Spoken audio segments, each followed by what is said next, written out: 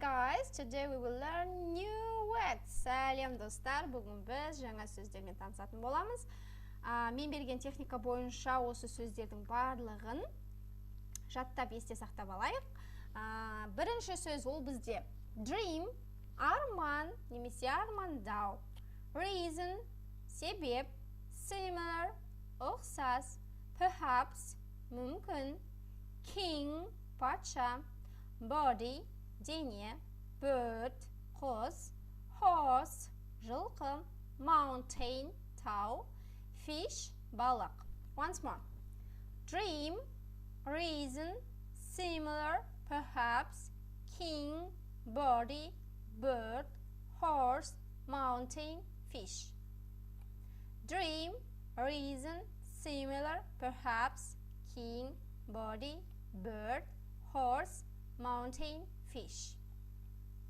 So continue. Sound, dыбыс, animal, жануар, sky, аспан, alone, жалғыз, somebody, біреу, milk, сүт, history, тарих, cloud, бұлт, solution, шешім, neighbor, көрші.